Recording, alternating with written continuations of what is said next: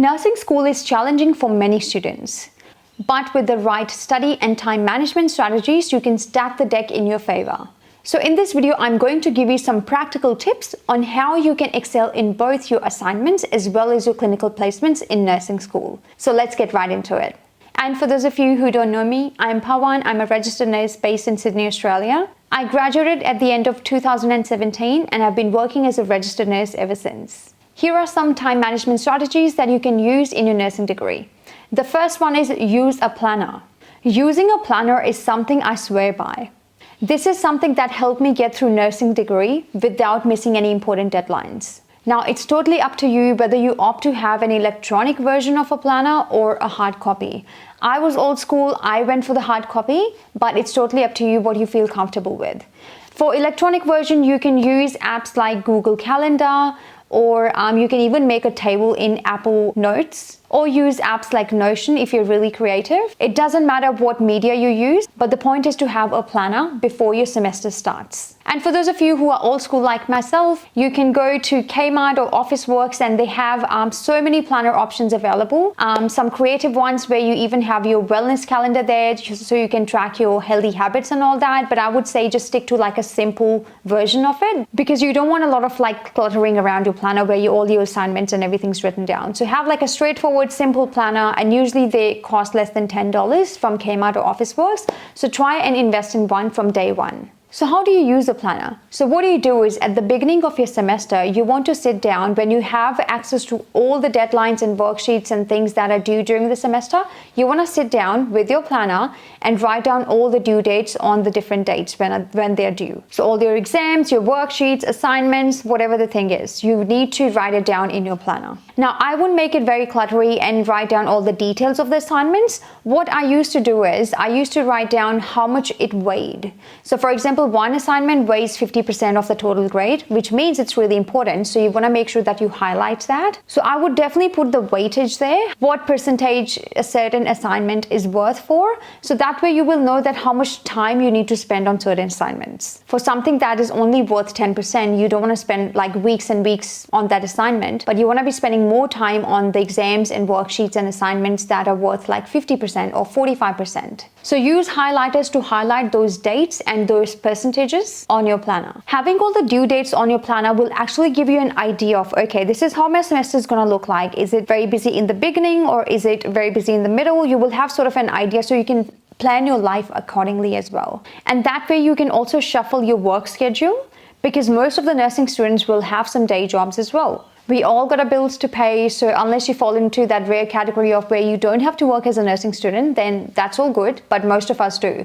So you want to make sure that you have all laid down in the planner, and that way you can see that these are the weeks that I can't really work too many shifts on, so I can compensate by working later in the month. And also make sure that you put all your clinical placement blocks in the planner as well. So that way you will know if you have, for example, an important assignment, which is worth like 55% of the grade, due in the middle of your clinical block, then you want to make sure that you start working on it before, because clinical placements are full on and you'd feel physically and mentally drained with all the knowledge and all the skills you've been practicing in hospitals. So you want to make sure that you start working on that assignment beforehand. And the only way you can actually realize is by looking at your planner. That way you will have it all laid out nicely. So highly recommend putting down your clinical blocks, your clinical placements in your planner as well. And maybe try and use your creative skills and make your planner more colorful with different, do some color coding in there. So you can see, okay, blue is all for the clinical placements, green is all for the worksheets or whatever colors you like. And this way your brain will also subconsciously start getting used to all the colors as well. And once you have it all in the planner at the beginning of your semester, it doesn't mean that everything's done.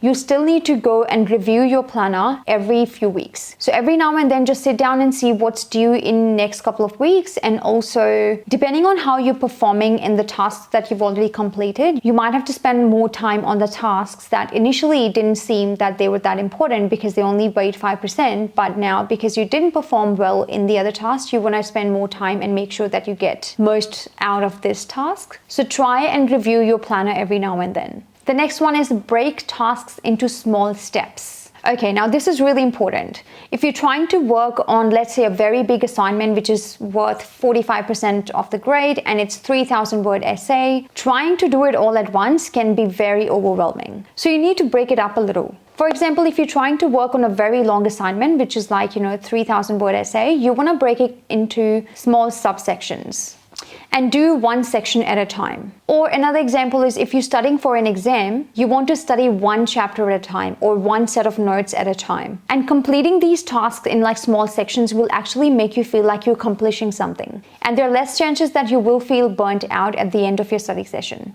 So try and break it up as much as you can and do it in small sections. The third one is use Pomodoro Technique. Now, this is something I came across in the last year of my nursing degree, and I found it extremely helpful. When you try and work on an assignment or study for an exam, for example, try and do it in short, focused sessions and then take a break. For example, how I used to do it, I used to sit down and study for a good 25 minutes, focus session, no interruptions, no distractions, and then take a break for 5.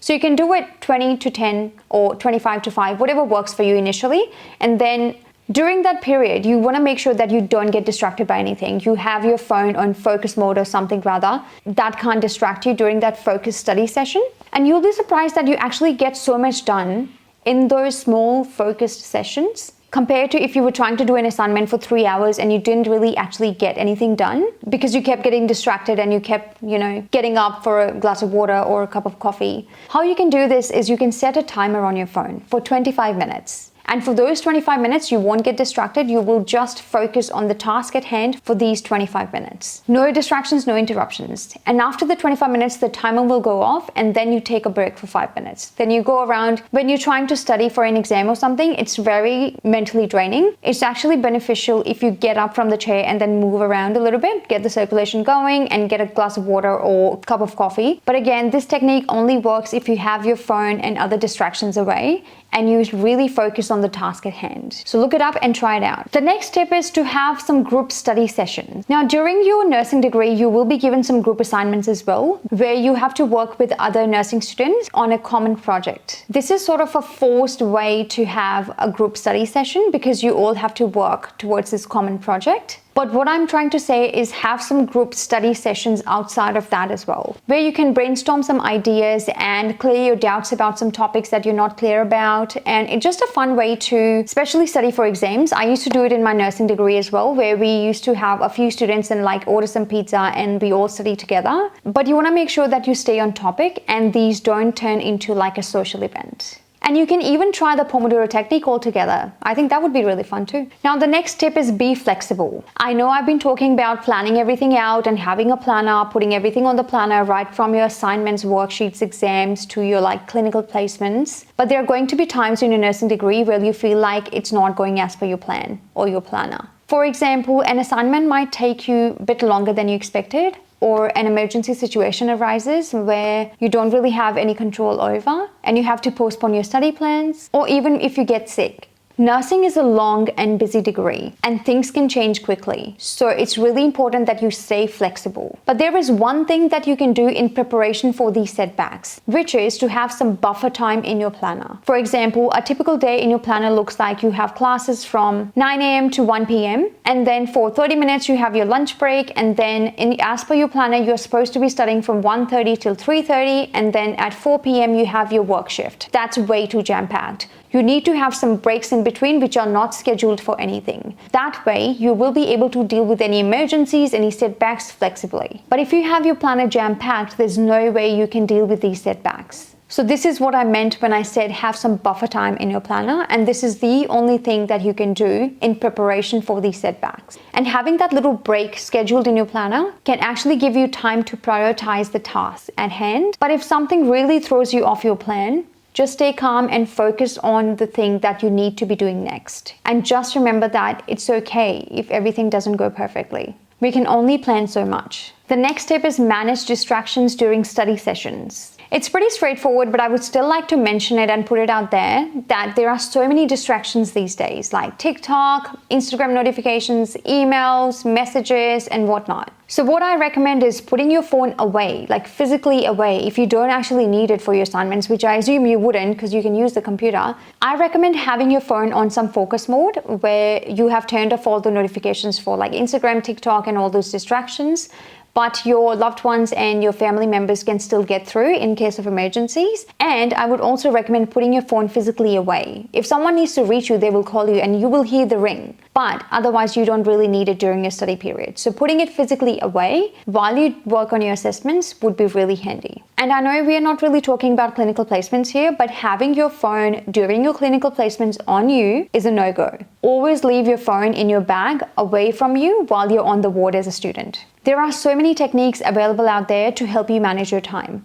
but it's not something that you can master in a day, and we all know that. It's a journey of trial and error. Some techniques will work for some people, but not for others. But I've shared some of the time management tricks that I used in my nursing degree. I hope you found it useful, but if you do have any other tips and tricks, please leave them in the comment section below for other nursing students to discover. And I hope you found this video useful. If you did, please give it a thumbs up, and I'm going to see you in the next video. Bye!